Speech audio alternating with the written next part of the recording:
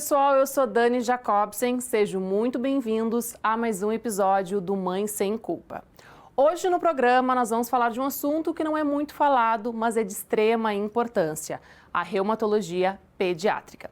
Você sabia que dores articulares, irritação, cansaço e febre persistente pode ser algum sinal de doenças reumatológicas?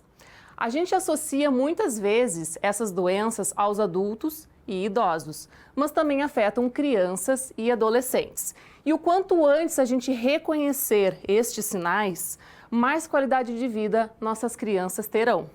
Então, aqui no programa eu trouxe a reumatologista pediátrica, a doutora Joana Mattioni. Doutora, seja muito bem-vinda aqui no programa Mãe Sem Culpa. Que honra te ter aqui. Para a gente começar, eu gostaria então que tu te apresentasse e falasse um pouquinho como é que é o teu trabalho.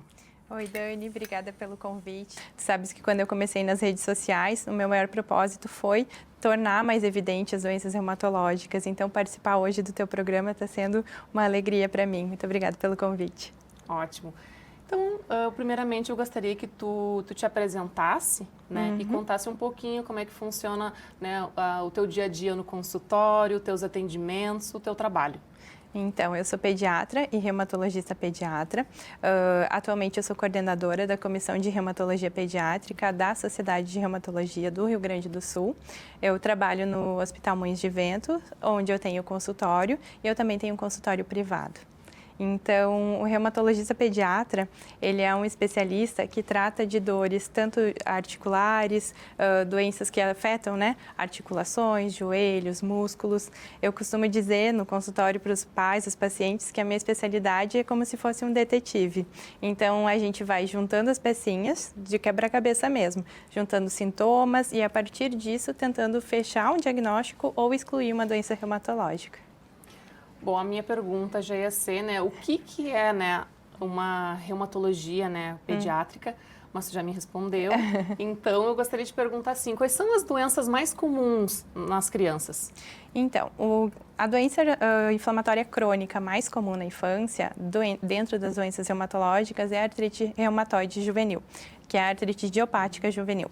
Ela é um conjunto de doenças, então dentro delas existem vários subtipos de doenças, então cada uma com a sua peculiaridade. Então temos doenças que acometem só a artrite idiopática juvenil, que acomete só a articulação, algumas que vêm acompanhadas com sintomas de doença psoriásica, outras também que vêm acompanhadas com febre, com dor articular, alterações de pele.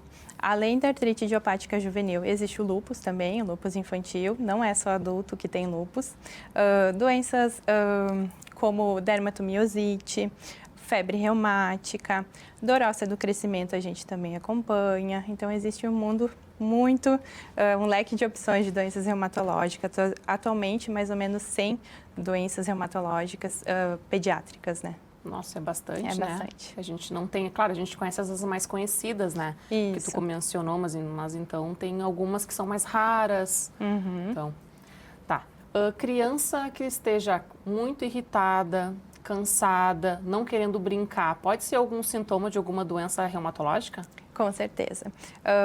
Existem crianças, normalmente as doenças reumatológicas em crianças, elas não dão tanta dor.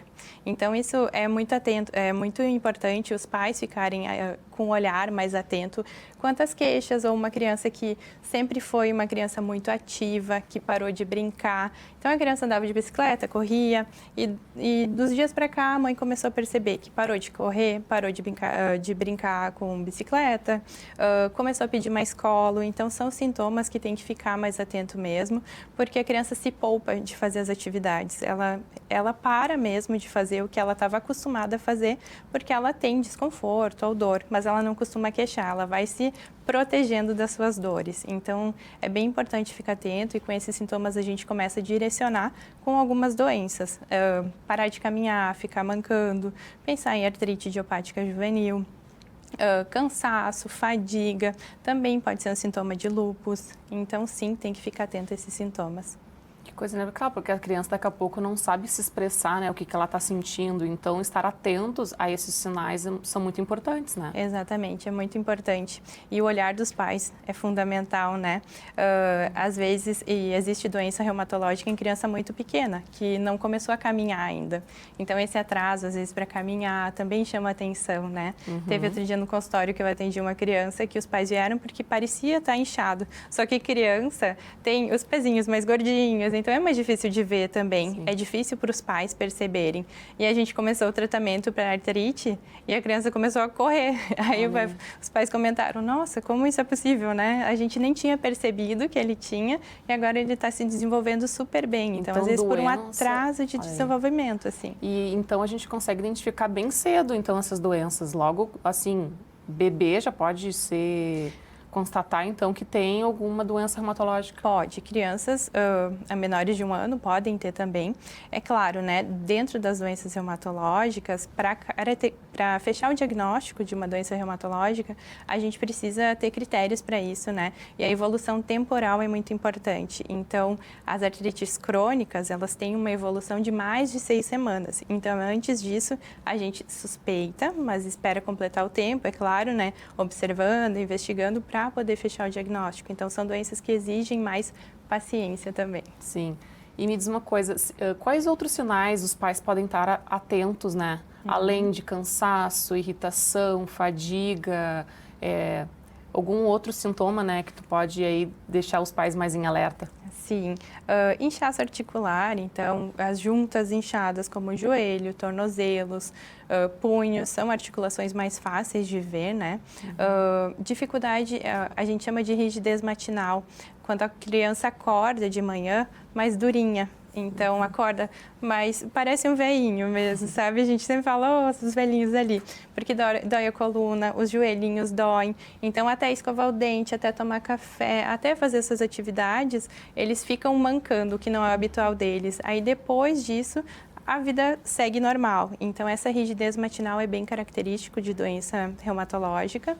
Além disso, queda de cabelo com falhas, alterações oculares. Às vezes, sim, as doenças oculares têm ligação com doenças reumatológicas às vezes. O olho pode inflamar por causa de doença reumatológica. Além disso, perda de peso também, manchas na pele, como a asa em borboleta, que é bem comum do lúpus, ou manchas da pele que não têm um significado tão evidente, precisam ser investigadas também.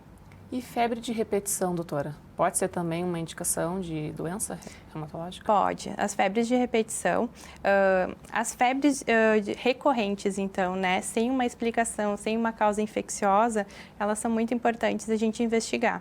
Descartando o foco infeccioso ou causas aparentes, existem as febres cíclicas, então, que podem ser característica de doença autoinflamatória e elas se caracterizam pela periodicidade mesmo. Então, tem uma vez no mês, por 3 a 5 dias, se repete no mês seguinte e os pais conseguem determinar bem essa periodicidade, sabe? Aí está chegando o dia de ter febre. Então, essa febre periódica, sim, ela tem características de doença autoinflamatória, pode ser também um sintoma de lúpus ou então de artrite idiopática juvenil. Então...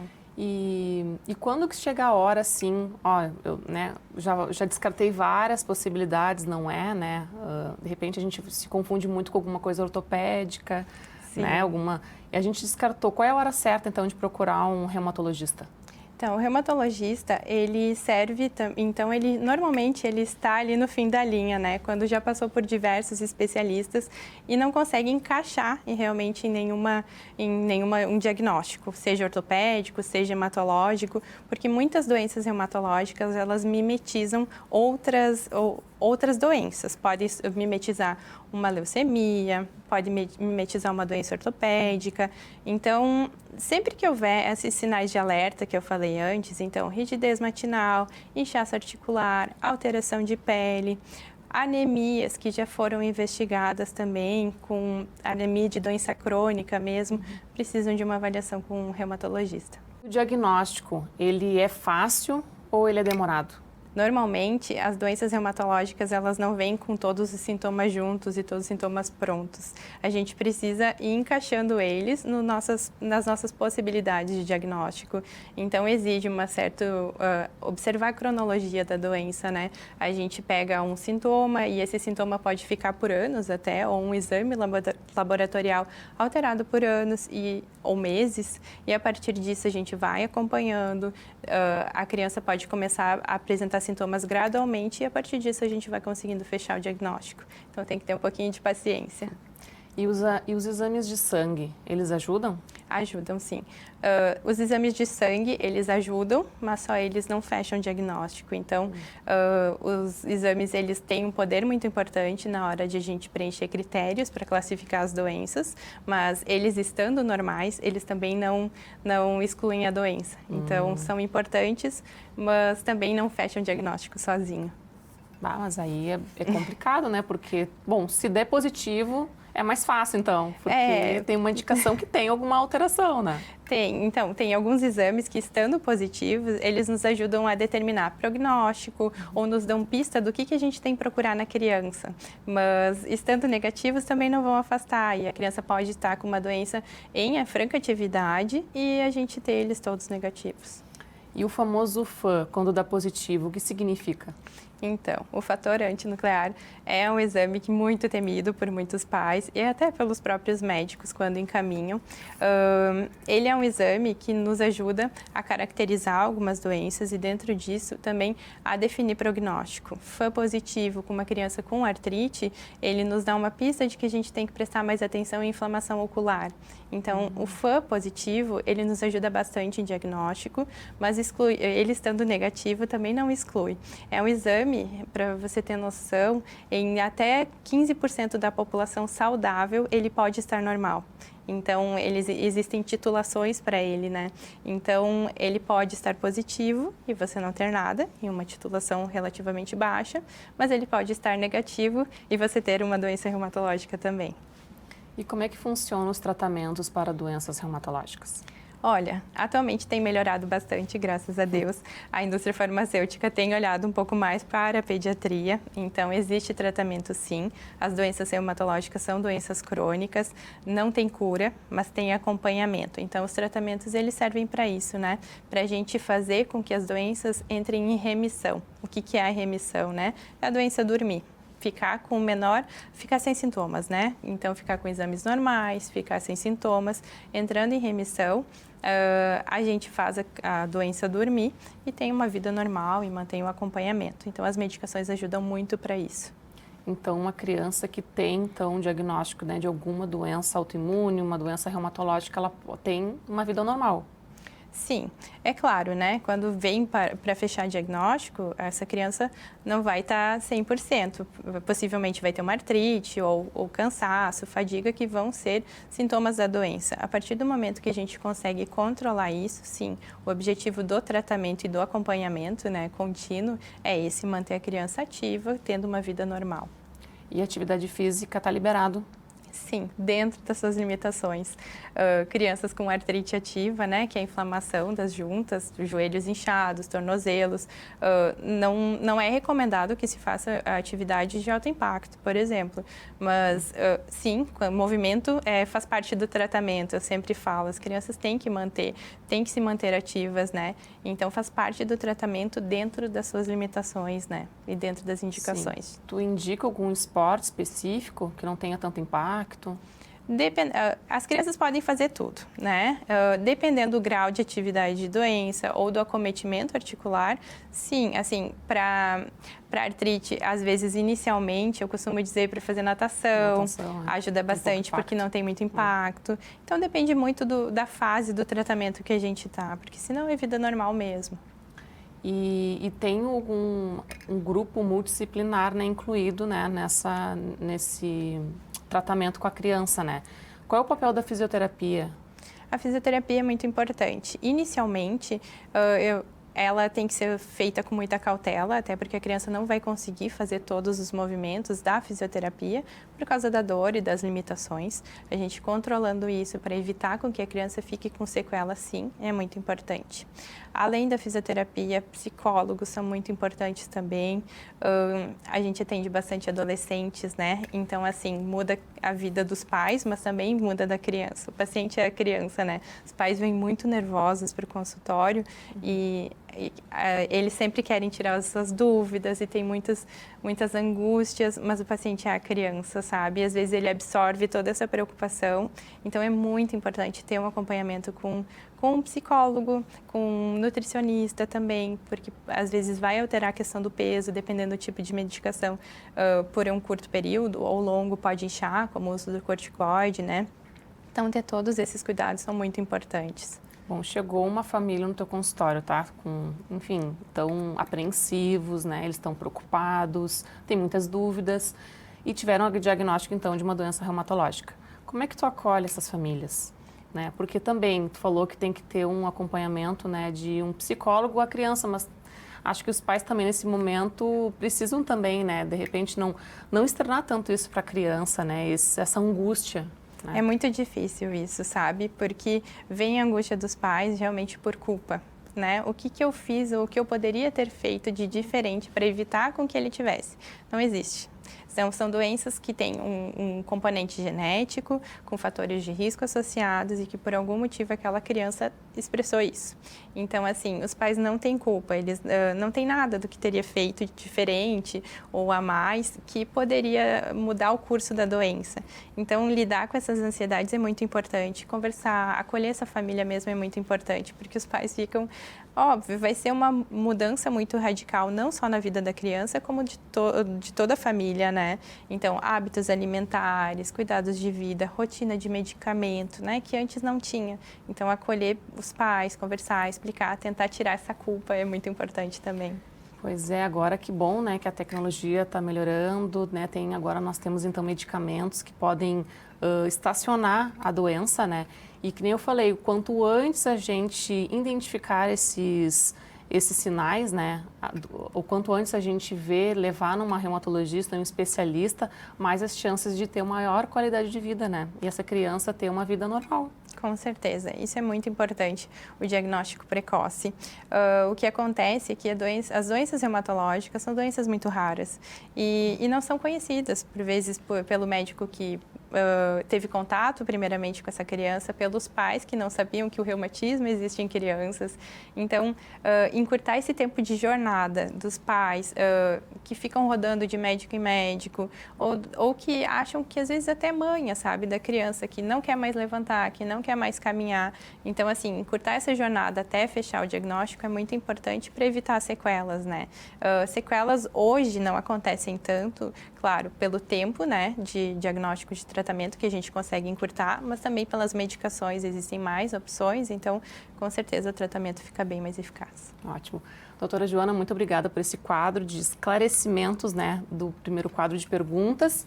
E agora eu gostaria de agradecer os meus apoiadores dessa árvore linda de Natal.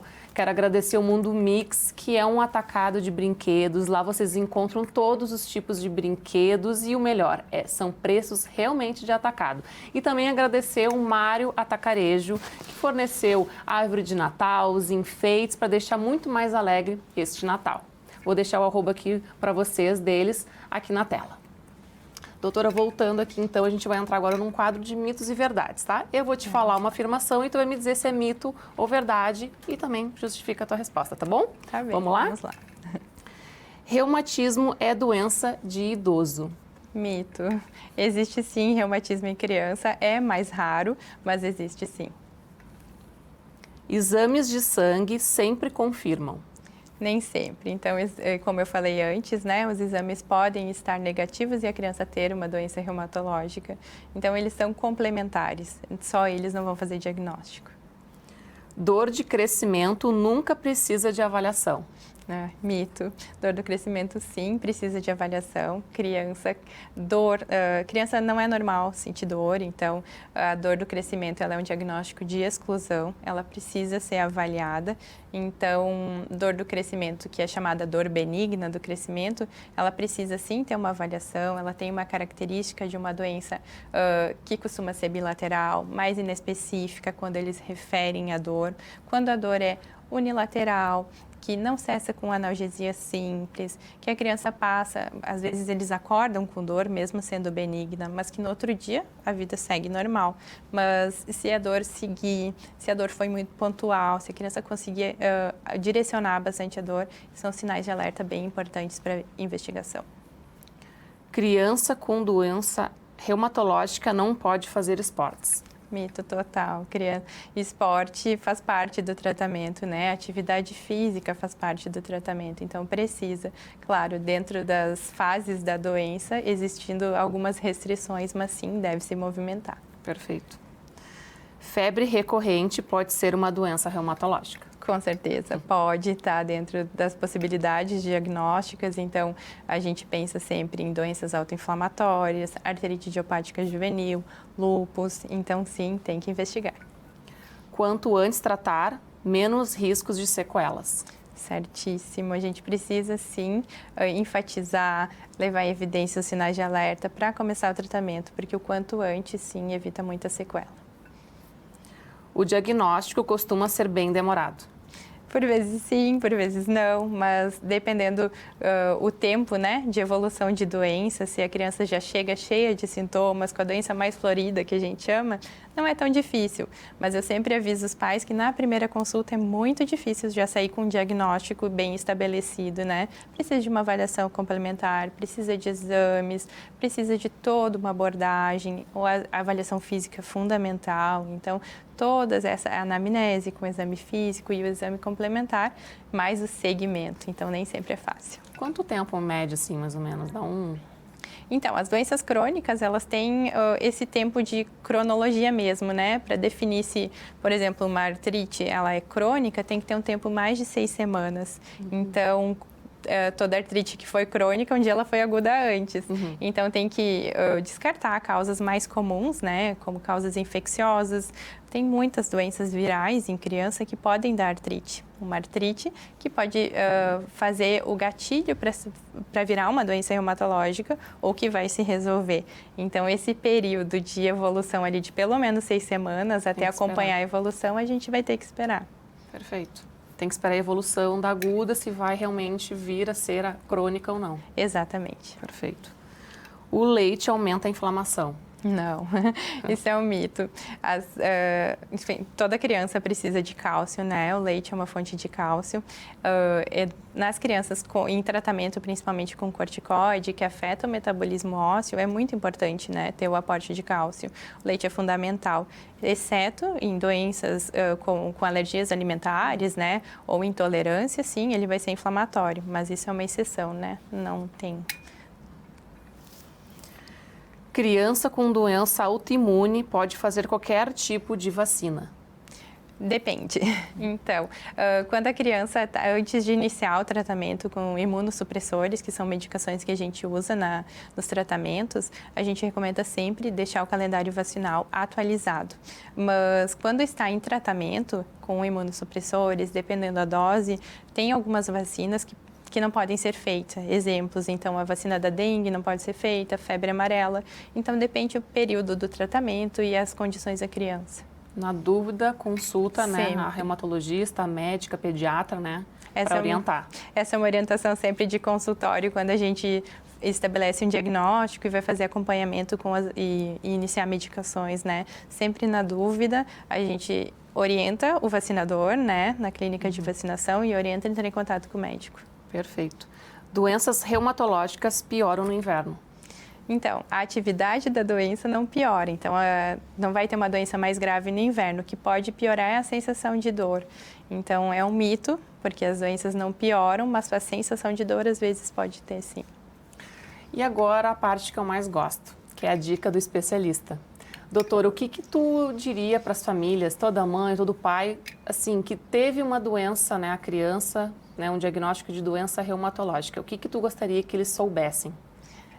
Como eu falei antes, né, não existe culpado para isso. Então, trazendo o nome ao quadro, né, mães e pais sem culpa, né, isso é muito importante, assim, porque isso facilita a nossa abordagem à família e com que a família lide melhor com essa situação, sabe? A adesão ao tratamento é fundamental e não é só a criança, é a família toda. Então, vem de exemplos, tanto pacientes com lúpus têm que usar protetor solar. Então, se o pai usa, se a mãe usa, se isso é um hábito em casa, facilita a adesão da criança, porque não é fácil uma criança ter que sair de casa, passar protetor, tomar o remédio. Tem sempre regrinhas que antes não existiam, sabe? Então, a família participar, a família dar o exemplo, isso é fundamental. Perfeito. Doutora, queria agradecer imensamente a tua vinda aqui no programa, foi de extrema importância, olha só, tu abriu os olhos de muitos pais, né, hoje que estão nos assistindo, então muito obrigada pela tua presença, é uma honra tu estar aqui hoje. Eu que agradeço, Dani. A reumatologia pediátrica, sim, é um mundo à parte, são doenças raras, mas que sim merecem atenção porque elas têm tratamento e têm como evitar sequelas. Então, ter a oportunidade de falar para o público, orientar os pais, alertar de sintomas que às vezes nem passa na cabeça, mas que só prestando atenção no dia a dia, no comportamento do filho, já faz a diferença enorme na hora de tratar e na hora de fechar um diagnóstico. Com certeza. Maravilhoso. Então tá, agora então eu vou finalizar o programa com uma mensagem muito acolhedora para você aí de casa. Quando o assunto é a saúde dos nossos filhos, é natural sentir medo, dúvida ou até culpa. Mas lembrar que procurar ajuda cedo, ouvir o corpo da criança está dizendo e confiar nos profissionais faz toda a diferença. As doenças reumatológicas na infância podem parecer assustadoras, mas têm tratamento. Permitem uma vida plena e, com acompanhamento adequado, não impedem que os nossos pequenos cresçam com brincar, sonhar e ser exatamente quem eles são. Se você suspeita que algo não está bem ou percebe sinais que não passam, escute sua intuição, ela é poderosa. Buscar um reumatologista pediátrico não significa criar problemas, mas sim garantir cuidado e prevenção. Um beijo e até o próximo Mãe Sem Culpa.